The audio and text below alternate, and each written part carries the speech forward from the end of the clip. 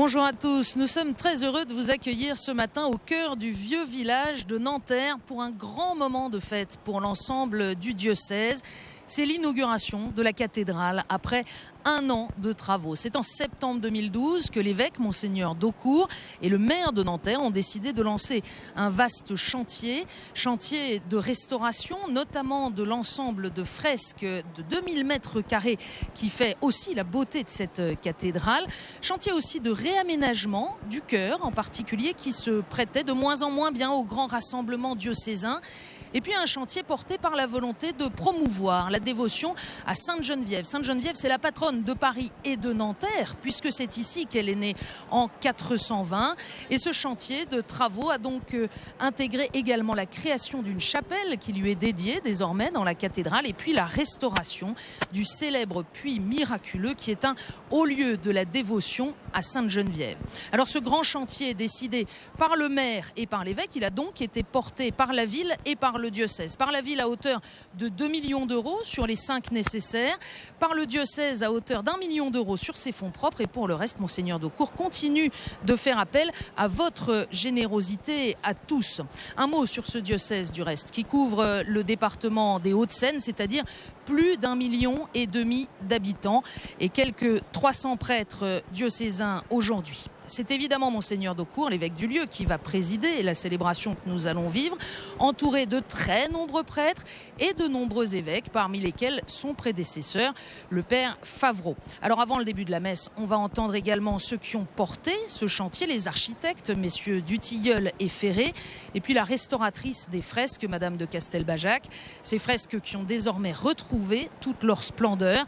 Et je vous propose du reste que nous entrions maintenant dans la cathédrale.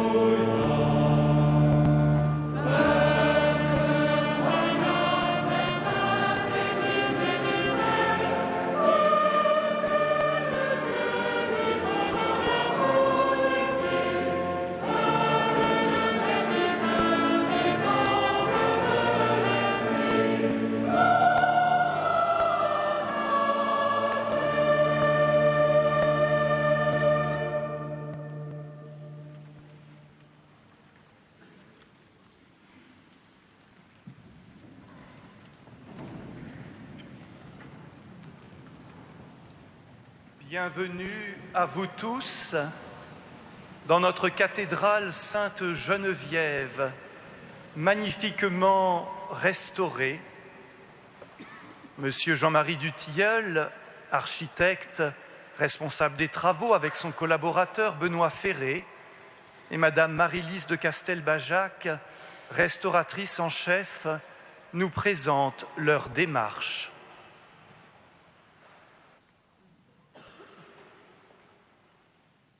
Monseigneur,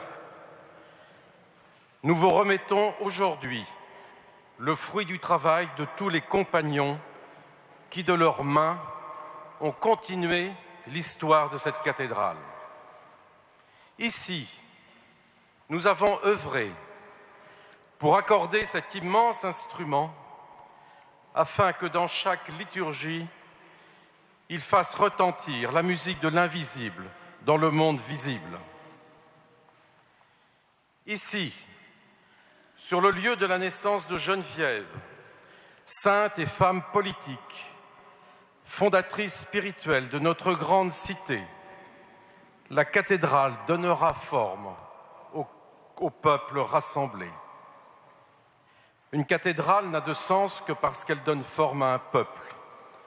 Elle rend compte dans le monde de la construction de pierres vivantes qu'est l'Église du Christ. Elle permet à chacun de prendre pleinement conscience d'être une des pierres constitutives d'un édifice unique.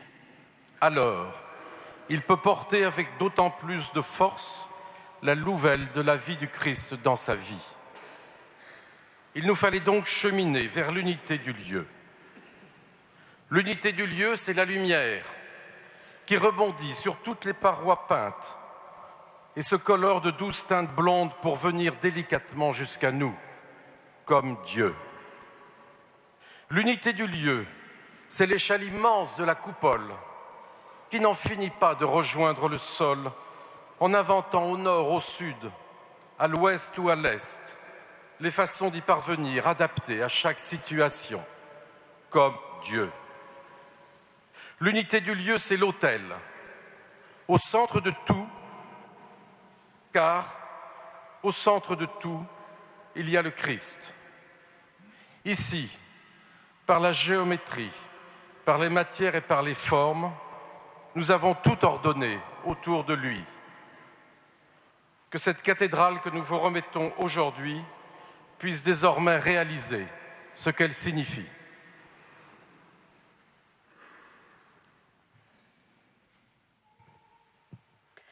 J'ai eu la charge, avec mon équipe, de restaurer cet ensemble de fresques de plus de 1500 mètres carrés.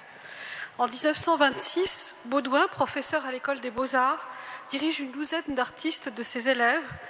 Il réalise le vaste programme voulu par l'abbé Froidevaux, un programme iconographique qui est en forme de catéchisme. Il s'agit de fresques au sens vrai du terme, l'artiste peint sans reprise sur un fond d'enduit encore humide. On voit nettement les journées de travail limitées par la reprise d'enduit et par des différences de tons.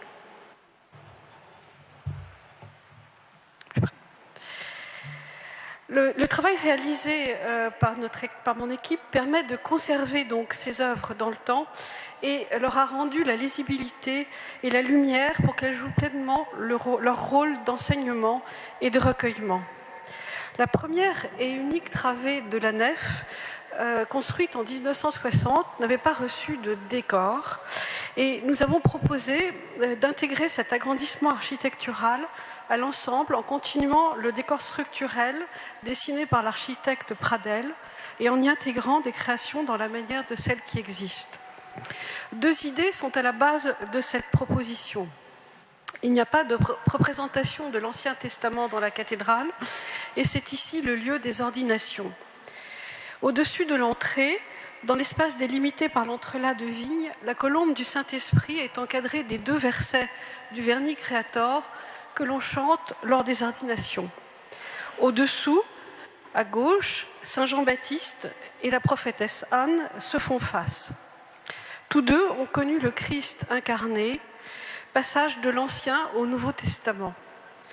Saint Jean-Baptiste, dans un paysage de sable et de rochers, montre la croix du Christ.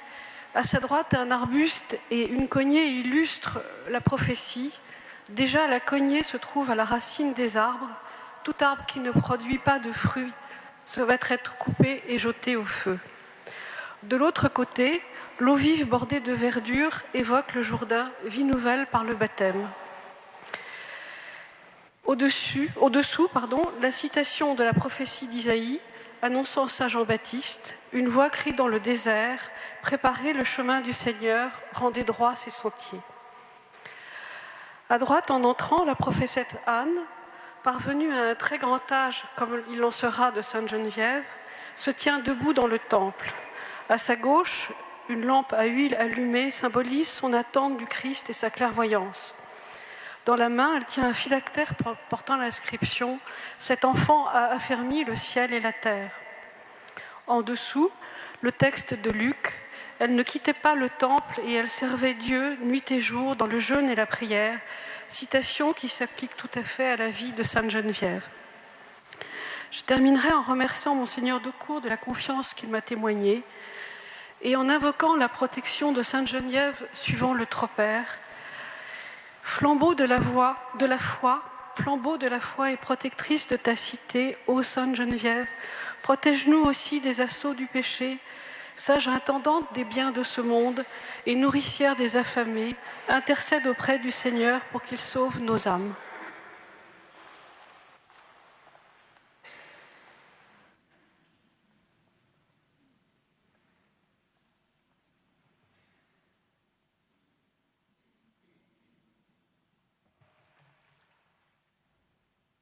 Je remercie et félicite M. Dutilleul et M. Ferré, nos architectes.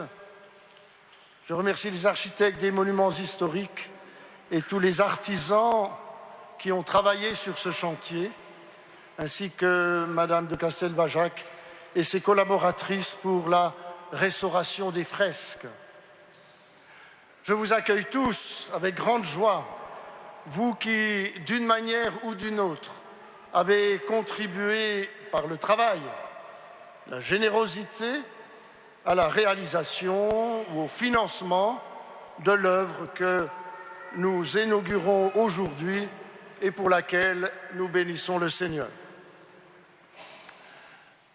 Monsieur le maire de la ville de Nanterre nous rejoindra, je pense, tout à l'heure. Il a assumé très généreusement ses responsabilités de propriétaire de cet édifice. Ainsi, il a contribué à préserver et mettre en valeur un patrimoine culturel. Du coup, la ville de Nanterre montre une nouvelle fois que le vivre ensemble, ici, dans cette cité, n'est pas seulement une formule, mais une réalité quotidienne. Avec beaucoup d'amitié et de reconnaissance, je voudrais accueillir mes frères évêques, le père François Favreau, notre évêque émérite, et les évêques originaires du diocèse, le père Georges Gilson, archevêque émérite de Sens-Auxerre et prélat émérite de la Mission de France, ancien vicaire dans cette paroisse de la cathédrale, le père Francis Degnaud, évêque émérite de Nevers, qui a retrouvé son diocèse d'origine, le père Michel Pansard, évêque de Chartres, le père Laurent Donien, évêque auxiliaire de Bordeaux, l'évêque de Tarbes et Lourdes, le père Nicolas Brouvet est retenu par la retraite des évêques de la province de Toulouse. J'accueille le père Georges Soubrier, évêque émérite de Nantes, mais qui parmi ses titres a aussi celui d'ancien supérieur du séminaire d'Issy-les-Moulineaux, ville où il réside maintenant, ainsi que le père Joseph Doré, archevêque émérite de Strasbourg, qui lui aussi est dans notre diocèse puisqu'il réside dans cette même ville d'Issy-les-Moulineaux. Par sa présence, le père Pascal Delannoy, vice-président de la Conférence des évêques de France et évêque de Saint-Denis, nous rappelle que Geneviève, la sainte et illustre fille de Nanterre, puis de Paris, a fait construire la première basilique sur le tombeau de Saint-Denis et de ses compagnons. Nous savons aussi que la vocation de Sainte-Geneviève a été reconnue par 2 évêques, comme le montre la fresque qui est à ma droite, par 2 évêques au cours de leur voyage missionnaire vers l'Angleterre. Il s'agissait de Saint-Germain d'Auxerre et de Saint-Loup de Troyes. Je suis heureux d'accueillir le successeur de Saint-Germain, le père Yves Patenôtre, archevêque de Sens-Auxerre et prélat de la Mission de France, et le successeur de Saint-Loup, le père Marc Singer, évêque de Troyes. Je salue aussi le père Gérard Bérat, vicaire général de Créteil, qui représente le père Michel Sentier. Bien sûr, je suis heureux d'accueillir, mais ils sont chez eux et ils ont tellement contribué à ce que nous arrivions à ce jour d'accueillir tous les prêtres et tous les diacres, ainsi que les religieux, les religieuses, les représentants de chaque paroisse et les laïcs en mission ecclésiale. Que soient les bienvenus aussi les prêtres et les pasteurs qui, dans les Hauts-de-Seine, sont au service des églises orthodoxes, arméniennes, coptes, éthiopiennes, méthodistes et protestantes. Nous savons qu'un certain nombre de nos amis pasteurs ne peuvent pas être présents puisque les protestants de France ont leur grand rendez-vous de 3 jours de fête, justement, protestants en fête. Nous sommes en communion de prière et de pensée avec eux. Il y a aussi parmi nous les petits-neveux du chanoine Froidevaux, bâtisseur de cette cathédrale, et les descendants de l'architecte Georges Pradel. Enfin, je voudrais saluer très cordialement tous les téléspectateurs de KTO qui nous rejoignent.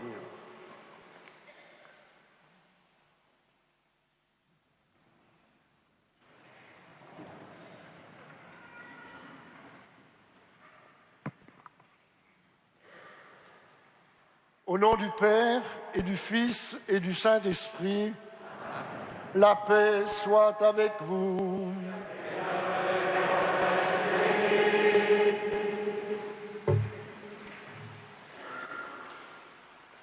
En bénissant maintenant cette cathèdre, nous prions surtout pour le ministère des successeurs des apôtres.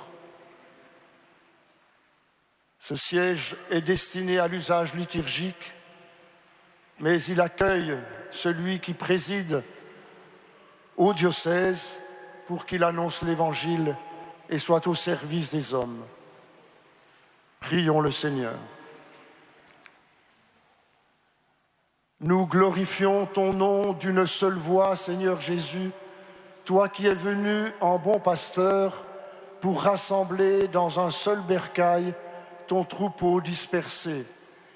Et nous te supplions humblement pour ceux que tu as choisis au service de la vérité.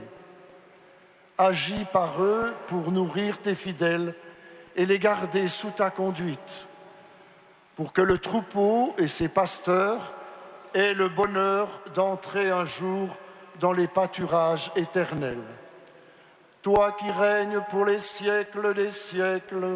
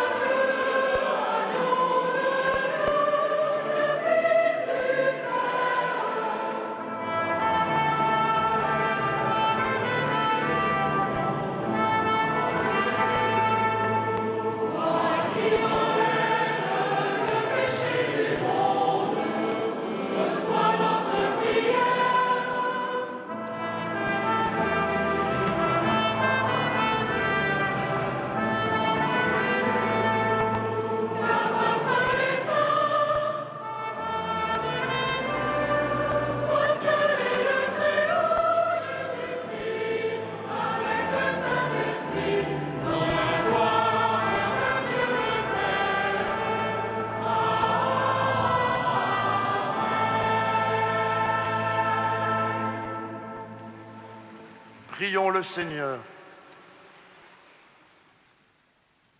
Seigneur, tu as donné à saint Vincent de Paul toutes les qualités d'un apôtre pour secourir les pauvres et former les prêtres. Accorde-nous une pareille ardeur pour aimer ce qu'il a aimé et pratiquer ce qu'il a enseigné. Par Jésus-Christ, ton Fils, notre Seigneur et notre Dieu, qui règne avec toi et le Saint-Esprit, maintenant et pour les siècles des siècles.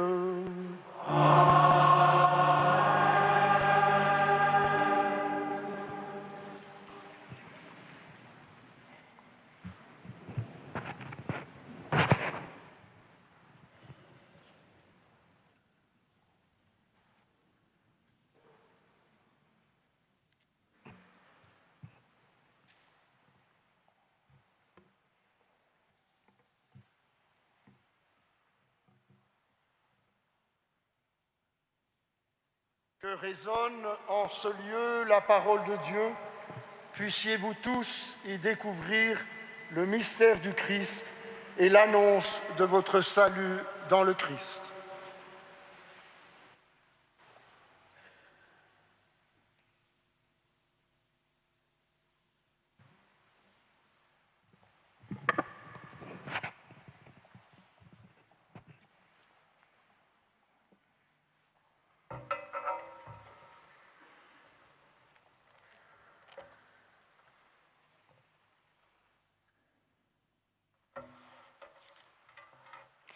Lecture de la première lettre de saint Paul, apôtre, aux Corinthiens. Frères, vous qui avez été appelés par Dieu, regardez bien. Parmi vous, il n'y a pas beaucoup de sages aux yeux des hommes, ni de gens puissants ou de haute naissance. Au contraire, ce qu'il y a de fou dans le monde, voilà ce que Dieu a choisi pour couvrir de confusion les sages. Ce qu'il y a de faible dans le monde, voilà ce que Dieu a choisi pour couvrir de confusion ce qui est fort, ce qui est d'origine modeste, méprisé dans le monde, ce qui n'est rien. Voilà ce que Dieu a choisi pour détruire ce qui est quelque chose, afin que personne ne puisse s'enorgueillir devant Dieu. C'est grâce à Dieu, en effet, que vous êtes dans le Christ Jésus, qui a été envoyé par lui pour être notre sagesse, pour être notre justice, notre sanctification, notre rédemption. Ainsi, comme il est écrit, celui qui veut s'enorgueillir, qu'il mette son orgueil dans le Seigneur. Parole du Seigneur.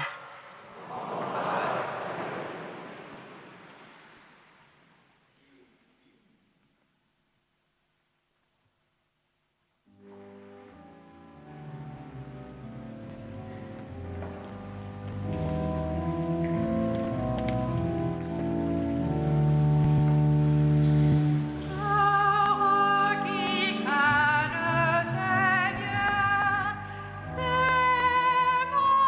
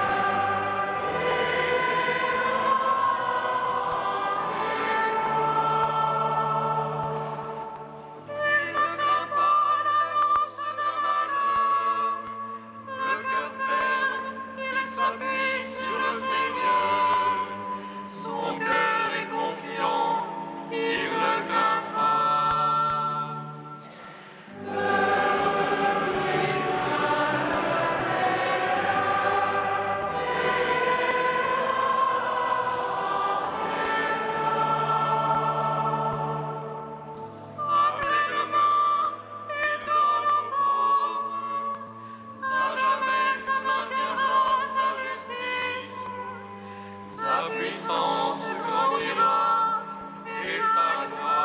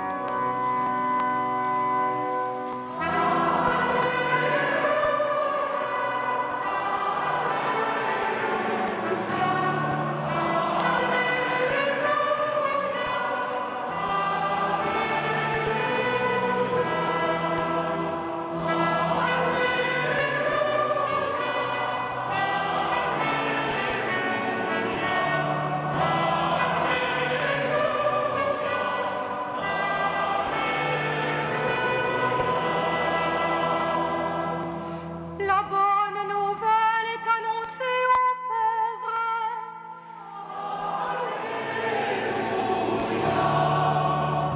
Le Seigneur sauve son peuple.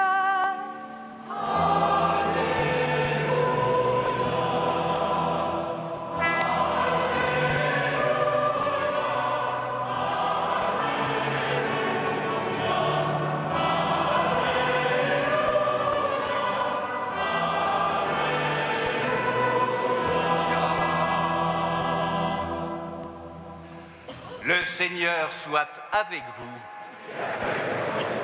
Évangile de Jésus-Christ selon saint Matthieu.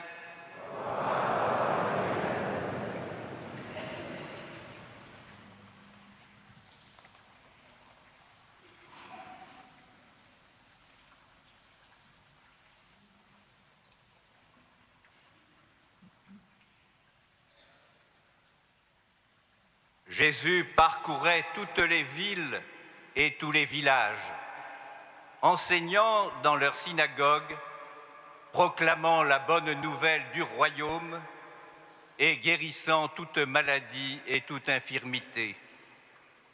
Voyant les foules, il eut pitié d'elles parce qu'elles étaient fatiguées et abattues comme des brebis sans berger. Il dit alors à ses disciples, « La moisson est abondante et les ouvriers sont peu nombreux. Priez donc le maître de la moisson d'envoyer des ouvriers pour sa moisson. » Acclamons la parole de Dieu.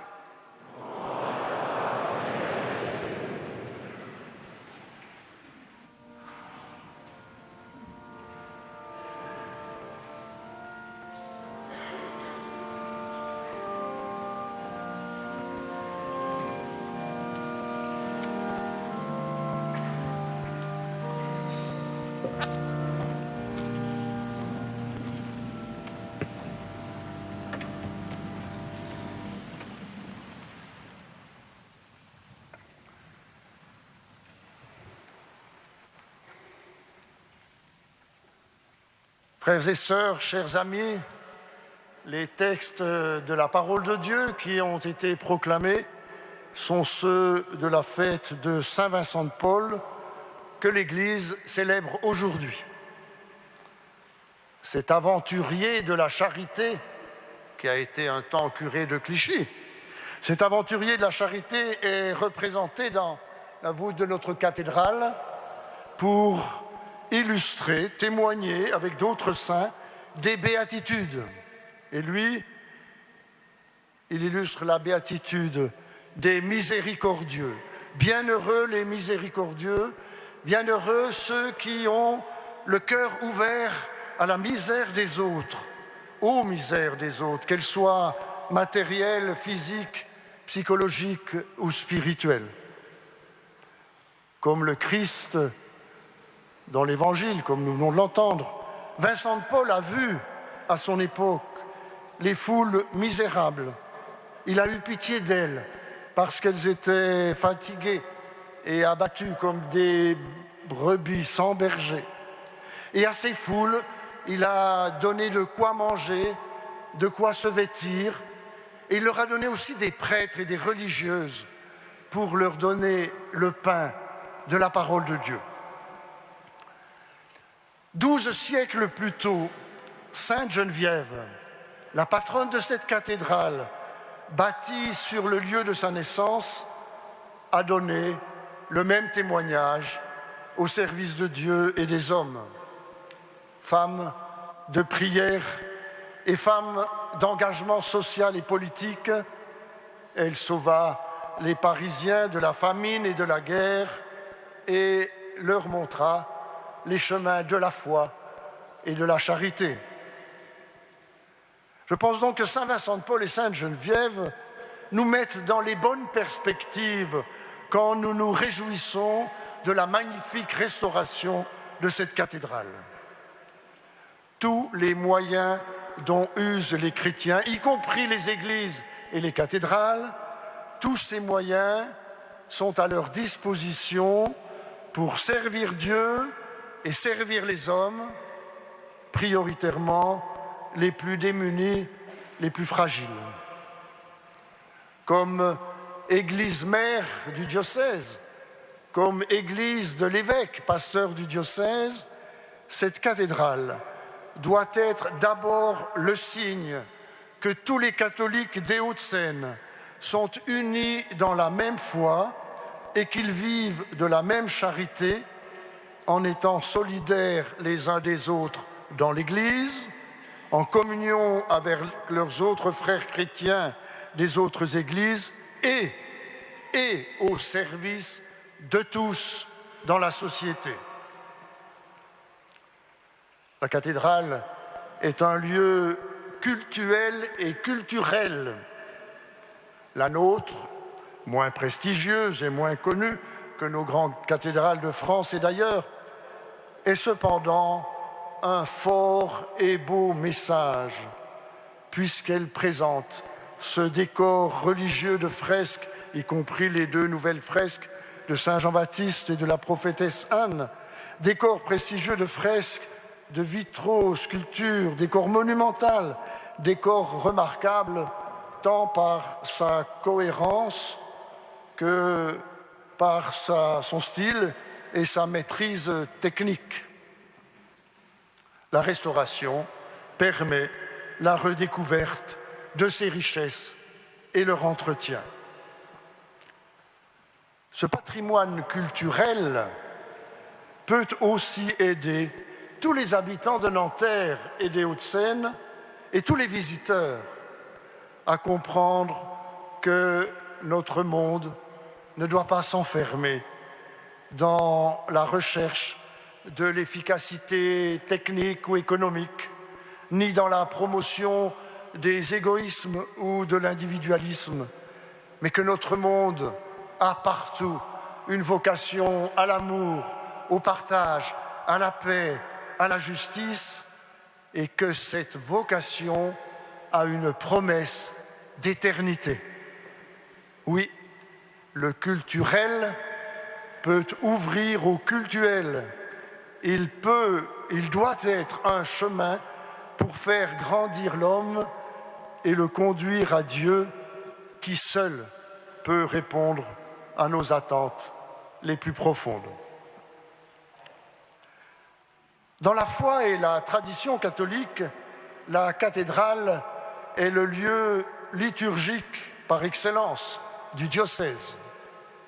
La cathèdre rappelle que l'évêque doit enseigner les vérités de la même et unique foi reçue des apôtres afin que tout le peuple qui lui est confié demeure dans l'unité. L'ambon et l'autel pour la célébration de l'Eucharistie qui fait l'Église, le baptistère pour le premier sacrement qui fait membre de l'Église et le lieu d'accueil pour le sacrement du pardon et de la réconciliation pour justement être réconcilié avec Dieu et avec l'Église. Tout cet ensemble dans cette Église mère du diocèse signifie bien que le ministère épiscopal ne peut se résumer à un rôle d'organisation, de représentation ou de communication. L'évêque, successeur des apôtres, est garant de l'unité qui vient de Dieu et à laquelle nous avons part grâce à la même parole de Dieu et au même sacrement. La cathédrale est le lieu où ceci se manifeste et dans les célébrations et dans la disposition du mobilier liturgique. Permettez que, comme on le faisait jadis, je conclue cette homélie en évoquant Marie, la Mère de Dieu. Et j'ai pour cela une raison précise, puisque à l'occasion de la rénovation de notre cathédrale, eh bien, nous accueillons cette Vierge à l'enfant, Notre-Dame des Champs, magnifique statue du XIVe siècle. Pendant 4 siècles, les carmélites du Carmel de l'Incarnation, d'abord à Paris, puis à Clamart, ont prié devant cette statue. Et les carmélites de Clamart, avant que leur Carmel soit fermé il y a 3 ans, elles ont fait cadeau de cette statue à notre cathédrale et donc au diocèse, pour que les fidèles du diocèse continuent leurs prières pour l'Église et pour le monde. Marie donne son Fils, offre son Fils, met son Fils au monde et elle nous dit « Faites tout ce qu'il vous dira ». C'est notre mission de chrétiens, proposer le Christ et son message au monde et pour cela, faire tout ce qu'il nous demande. Paroissiens de Nanterre, diocésains des Hauts-de-Seine, téléspectateurs de KTO, frères et sœurs chrétiens, amis croyants, non-croyants ou en recherche, merci de votre écoute, de votre présence, de votre prière et de votre générosité. Amen.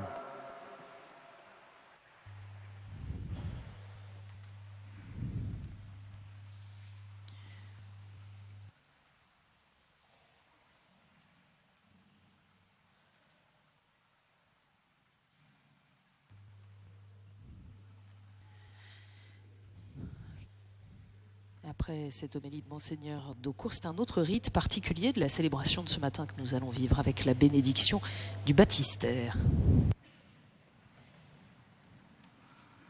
Voici le moment de bénir la fontaine baptismale par la prière de l'Église pour que ces eaux reçoivent la puissance de sanctifier par le don de l'Esprit Saint.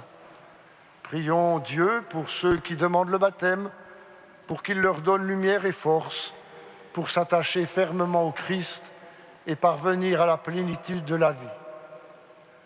M'accompagnent les évêques qui vont après moi donner l'aspersion en rappel du baptême et les prêtres orthodoxes et les pasteurs protestants qui sont là parce que s'il y a encore des divergences entre les églises, si nous ne sommes pas encore pleinement dans la communion, et ce qui nous unit est tellement plus fort que ce qui nous sépare encore. Il y a un seul Dieu et il y a un seul baptême.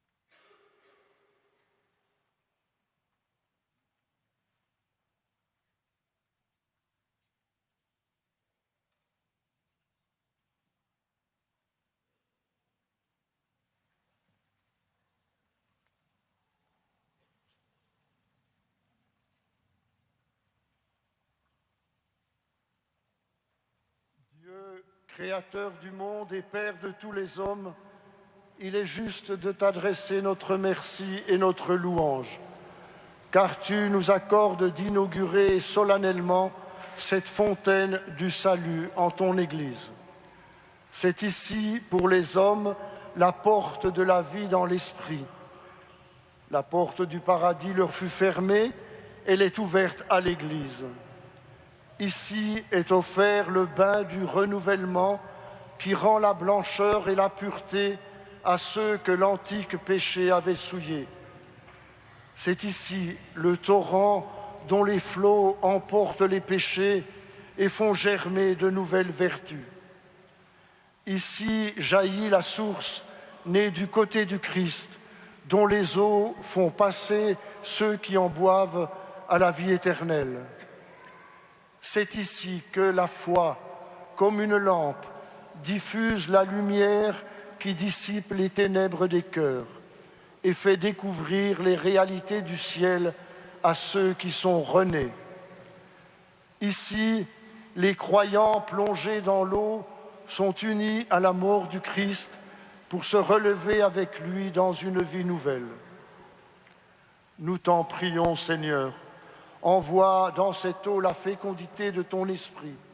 Sa puissance a pris sous son ombre la Vierge pour qu'elle enfante Jésus le premier-né, qu'elle féconde le sein de l'Église, pour qu'elle t'engendre, Père, une multitude de fils et de filles.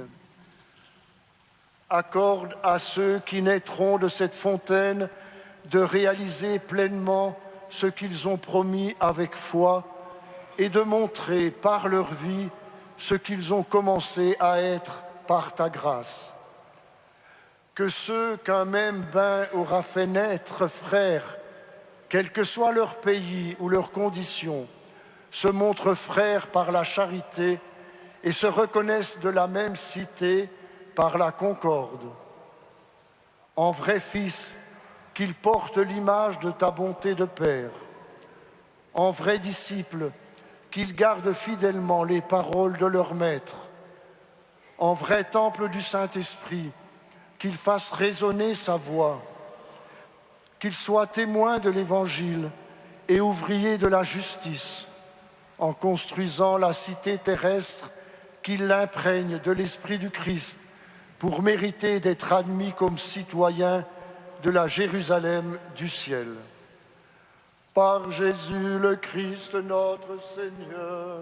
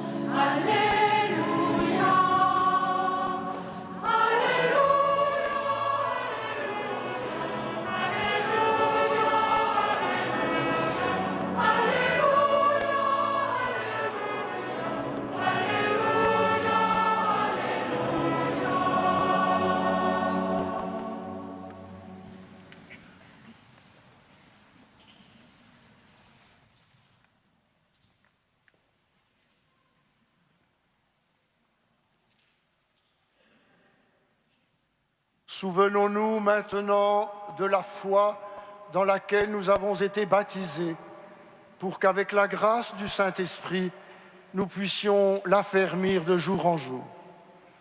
Frères et sœurs, croyez-vous en Dieu le Père Tout-Puissant, Créateur du ciel et de la terre? Croyez-vous en Jésus-Christ, son Fils unique, notre Seigneur, qui est né de la Vierge Marie, a souffert la passion, a été enseveli, est ressuscité d'entre les morts et qui est assis à la droite du Père?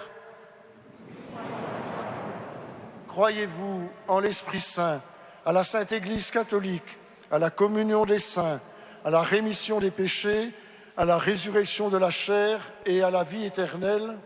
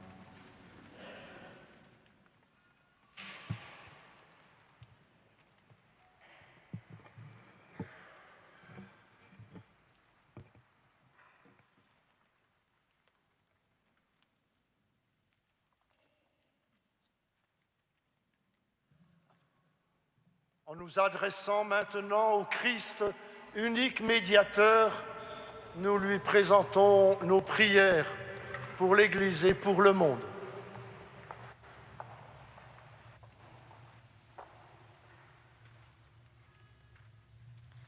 Pour que soient unis à leur évêque les prêtres et les fidèles de notre diocèse, afin que l'Église de Nanterre soit une image de l'Église universelle et le signe du Christ présent dans le monde, prions le Seigneur.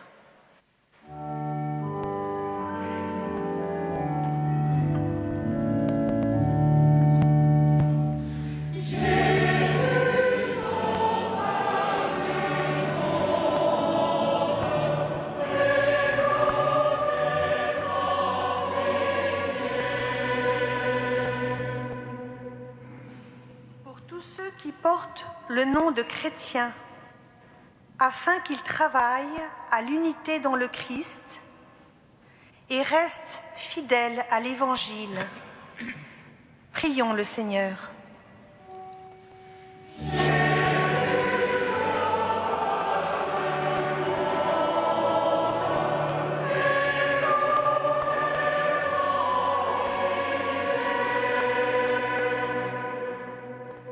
Pour les artisans, les ouvriers, les artistes, les architectes qui créent et font jaillir de la beauté, que l'Esprit Saint les aide à mettre leur talent au service des églises et édifices religieux.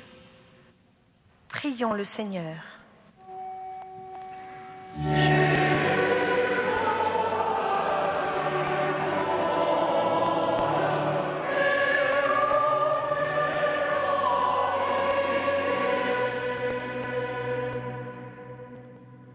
Pour tous ceux qui s'unissent à notre prière en cet instant, et pour tous ceux qui nous ont demandé d'intercéder pour eux, en particulier par les prières que nous ont recommandées les donateurs.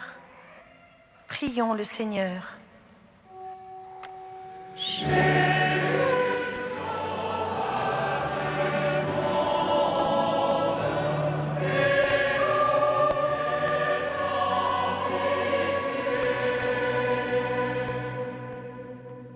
Pour tous les pays de la terre et pour ceux qui les gouvernent, afin que Dieu, notre Seigneur, dirige les esprits et les cœurs au service de la paix, particulièrement en Syrie. Prions le Seigneur.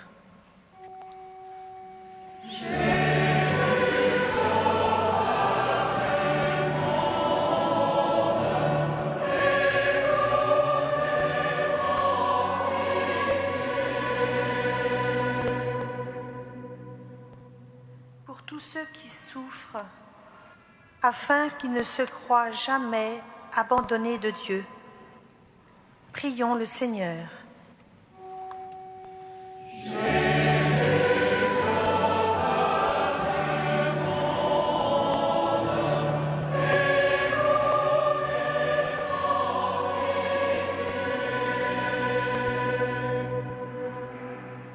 Seigneur Jésus, tu es notre Dieu, notre Sauveur et notre ami, et tu nous demandes, à la suite de Saint Vincent de Paul et de Sainte Geneviève, de servir notre Dieu et de servir nos frères.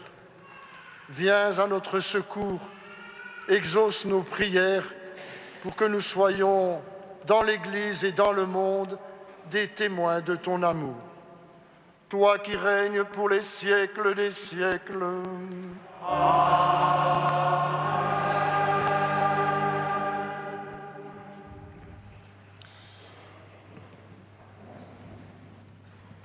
Rappelant que nous sommes ici à la cathédrale Sainte-Geneviève de Nanterre, où nous célébrons la réouverture, l'inauguration de cette cathédrale après une année de travaux, de restauration et de réaménagement.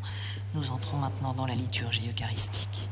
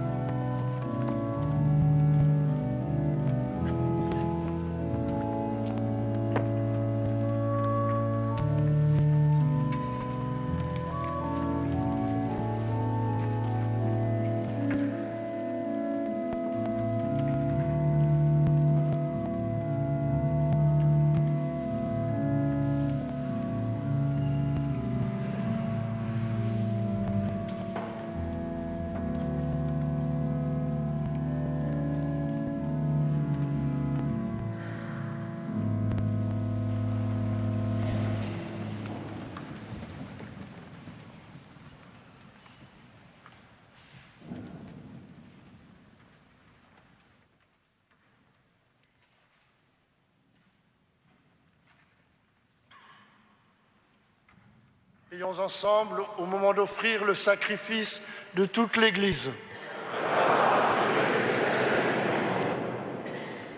Seigneur, tu donnais à saint Vincent de Paul la force de conformer toute sa vie au saint mystère qu'il célébrait. Fais que nous devenions nous-mêmes, par la puissance de cette Eucharistie, une offrande agréable à tes yeux. Par Jésus le Christ notre Seigneur.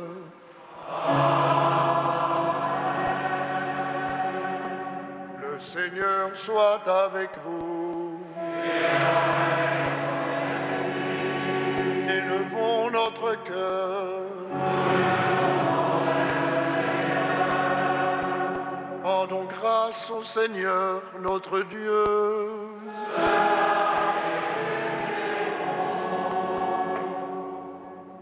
Vraiment, il est juste et bon de te rendre gloire, de t'offrir notre action de grâce, toujours et en tout lieu, à toi, Père très saint, Dieu éternel et tout-puissant, par le Christ notre Seigneur. En célébrant aujourd'hui la fête de Saint Vincent de Paul, nous admirons ta sollicitude pour ton Église. Par l'exemple qu'il a donné, tu nous encourages. Par son enseignement, tu nous éclaires. Et à sa prière, tu veilles sur nous. C'est pourquoi, avec tous les anges et tous les saints, nous proclamons ta gloire en chantant.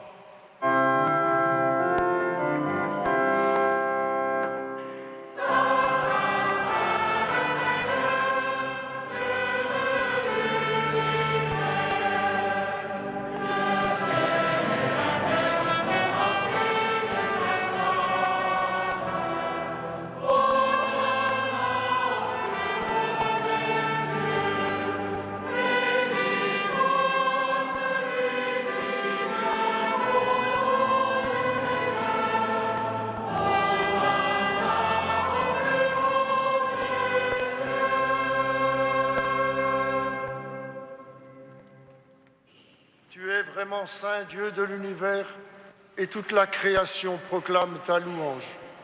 Car c'est toi qui donnes la vie, c'est toi qui sanctifies toutes choses par ton Fils Jésus-Christ notre Seigneur, avec la puissance du Saint-Esprit.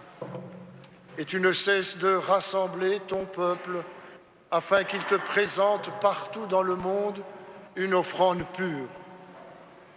C'est pourquoi nous te supplions de consacrer toi-même les offrandes que nous apportons.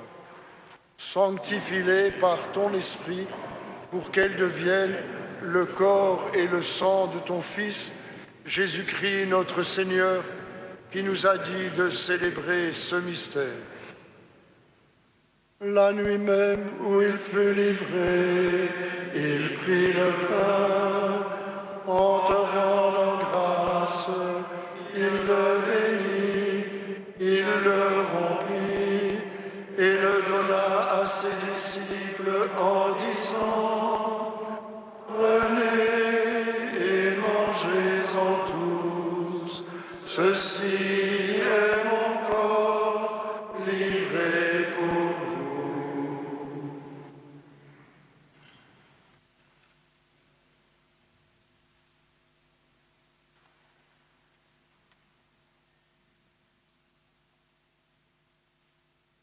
De même, à la fin du repas, il prit la coupe, en te rendant grâce, il la bénit et la donna à ses disciples en disant : Prenez et buvez-en tous, car ceci est la coupe de mon sang, le sang de l'alliance nouvelle et éternelle, qui sera versé pour vous et pour la multitude en rémission des péchés. Vous ferez cela en mémoire de moi.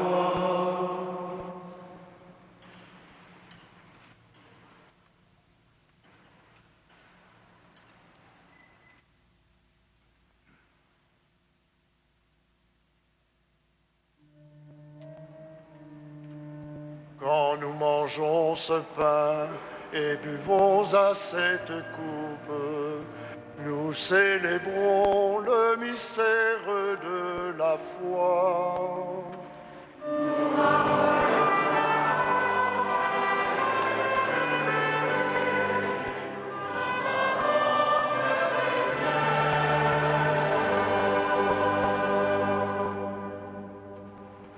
En faisant mémoire de ton Fils, de sa passion qui nous sauve, de sa glorieuse résurrection et de son ascension dans le ciel, alors que nous attendons son dernier avènement, nous présentons cette offrande vivante et sainte pour te rendre grâce. Regarde, Seigneur, le sacrifice de ton Église et daigne y reconnaître celui de ton Fils qui nous a rétablis dans ton alliance. Quand nous serons nourris de son corps et de son sang et remplis de l'Esprit Saint, accorde-nous d'être un seul corps et un seul esprit dans le Christ.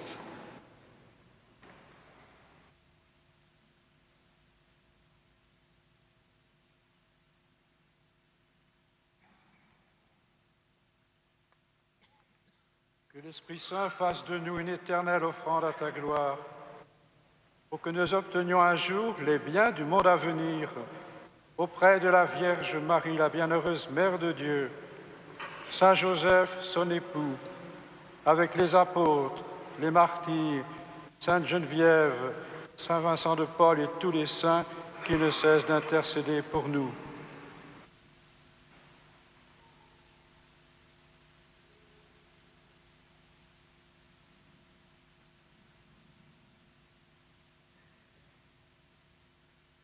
Et maintenant, nous te supplions, Seigneur, par le sacrifice qui nous réconcilie avec toi, étends au monde entier le salut et la paix.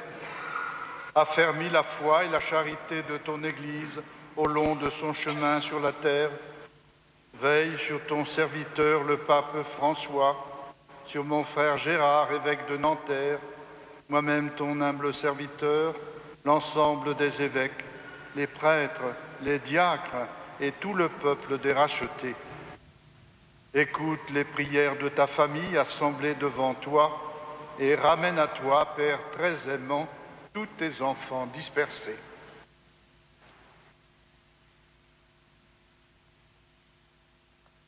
Pour nos frères défunts, pour Monseigneur Jacques Delarue et le chanoine Jules Froidevaux, pour les hommes et les femmes qui ont quitté ce monde et dont tu connais la droiture, nous te prions. Reçois-les dans ton royaume, où nous espérons être comblés de ta gloire, tous ensemble et pour l'éternité, par le Christ notre Seigneur, par qui tu donnes au monde toute grâce et tout bien.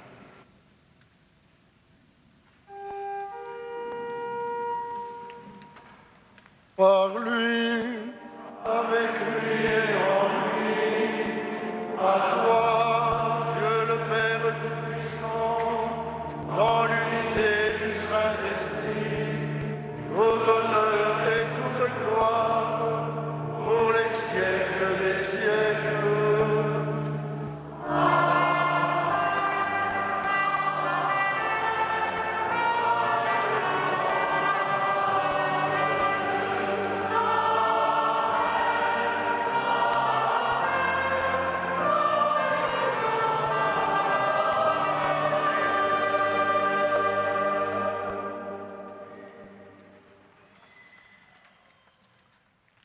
Avec les mots que Jésus nous a donnés, nous prions le Père de tous. Nous faisons donc la prière universelle par excellence, mais nous pouvons bien préciser quelques intentions.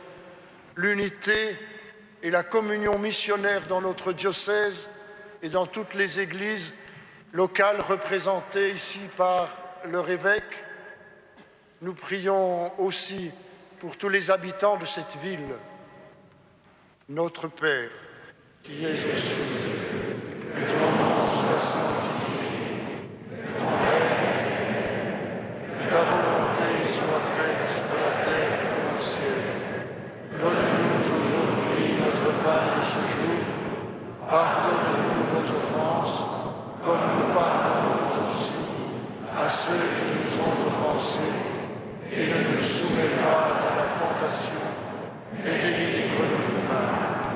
Délivre-nous de tout mal, Seigneur, et donne la paix à notre temps.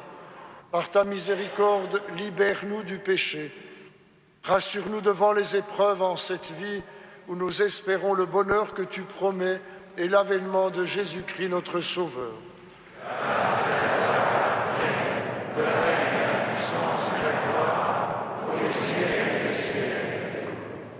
Seigneur Jésus-Christ, tu as dit à tes apôtres, « Je vous laisse la paix, je vous donne ma paix. » Ne regarde pas nos péchés, mais la foi de ton Église. Pour que ta volonté s'accomplisse, donne-lui toujours cette paix et conduis-la vers l'unité parfaite, toi qui règnes pour les siècles des siècles. Amen. Que la paix du Seigneur soit toujours avec vous. Frères et sœurs de la charité du Christ, donnez-vous la paix.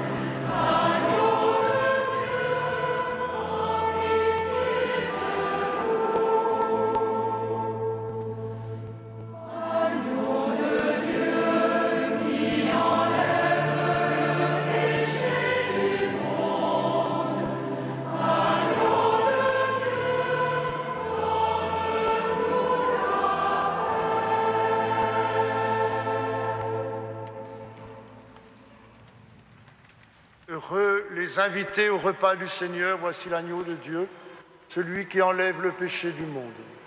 Seigneur, je ne suis pas digne de te recevoir, mais dis seulement une parole, je serai guéri.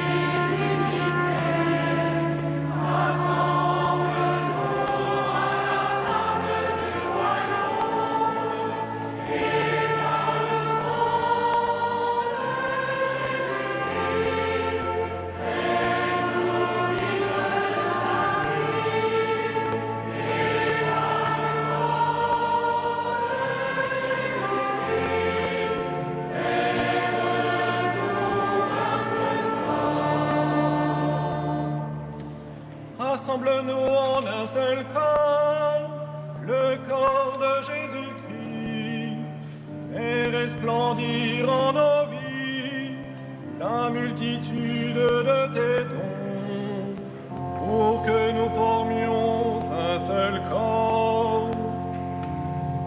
En toi l'unique esprit.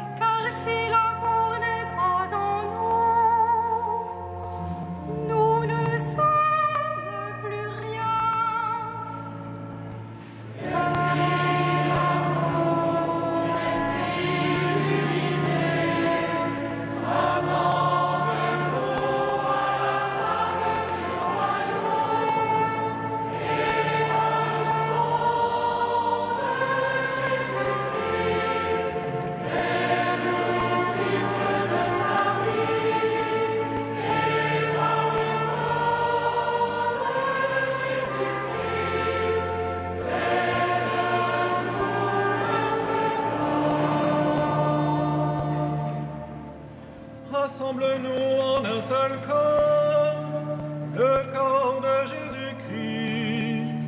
Viens habiter dans notre cœur, fais de nous ta demeure. Nous serons le temple saint, bâti par ton amour.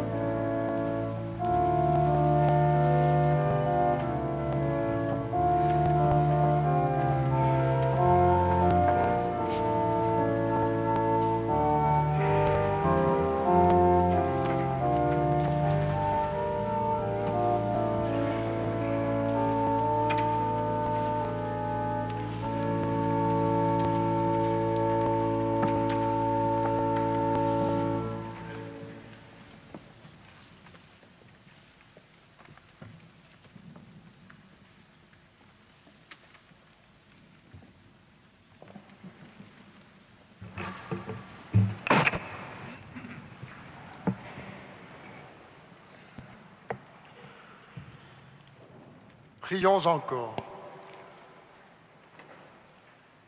Déjà réconfortés par cette Eucharistie, nous te supplions humblement, Seigneur, permets que l'exemple de Saint Vincent de Paul nous stimule et nous soutienne afin que nous allions, comme ton Fils, annoncer aux pauvres la bonne nouvelle. Par Jésus le Christ notre Seigneur.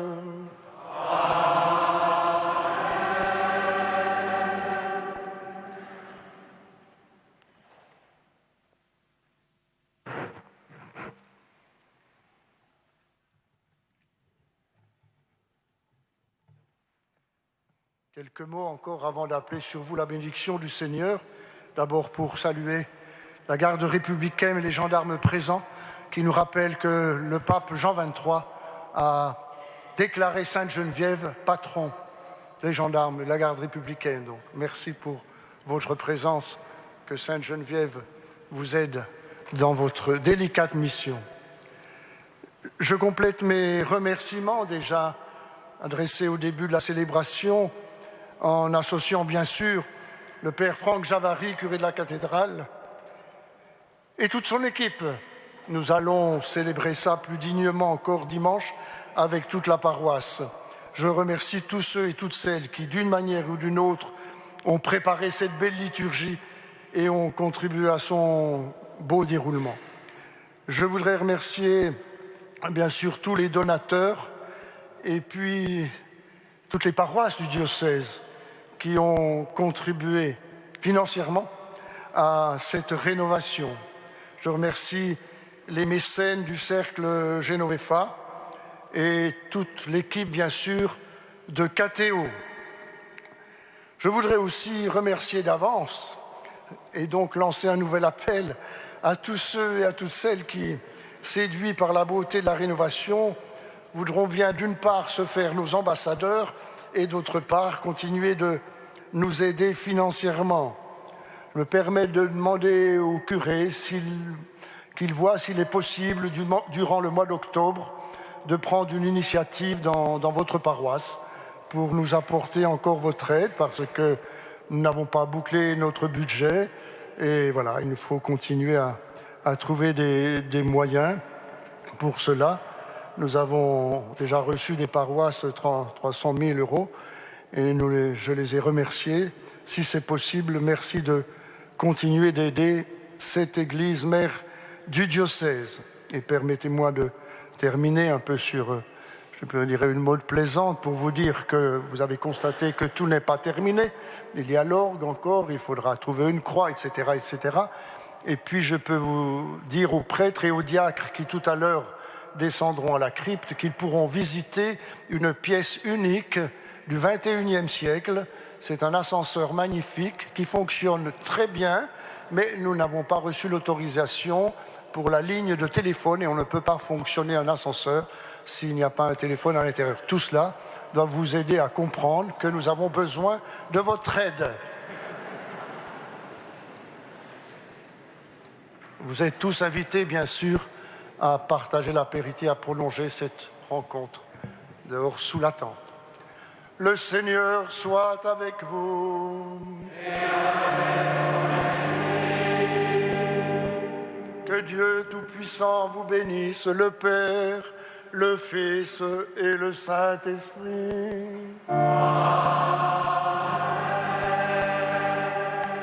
Allez dans la paix du Christ. Amen.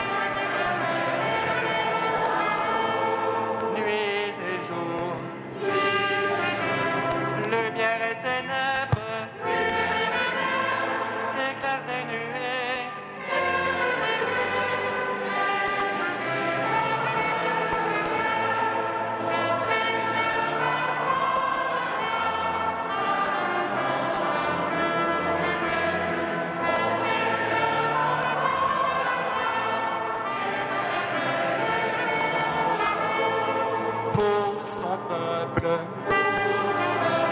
Vous, ces prêtres, vous, ces serviteurs,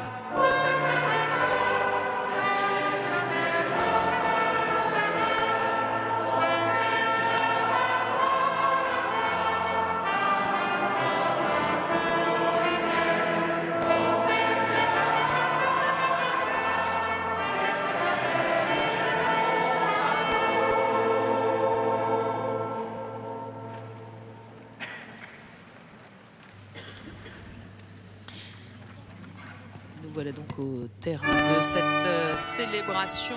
Grande joie pour le diocèse de Nanterre qui inaugure après un an de travaux cette magnifique cathédrale Sainte-Geneviève. Alors vous l'avez entendu, Monseigneur d'Aucourt l'a rappelé, la municipalité de Nanterre a soutenu financièrement ce projet.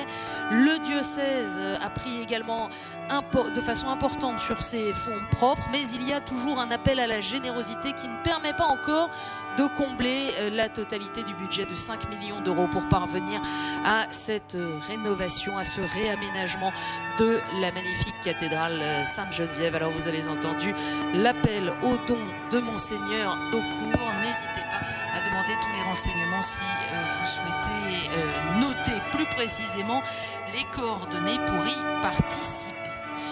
Voilà, au terme de cette célébration, donc nous remercions à notre tour toutes les équipes du diocèse et de la cathédrale qui nous ont permis de vous faire partager sur KTO dans l'action de grâce cette magnifique célébration ce matin. Merci à toutes les équipes de KTO également et puis surtout à vous de votre fidélité. Très belle journée à toutes et à tous, à bientôt.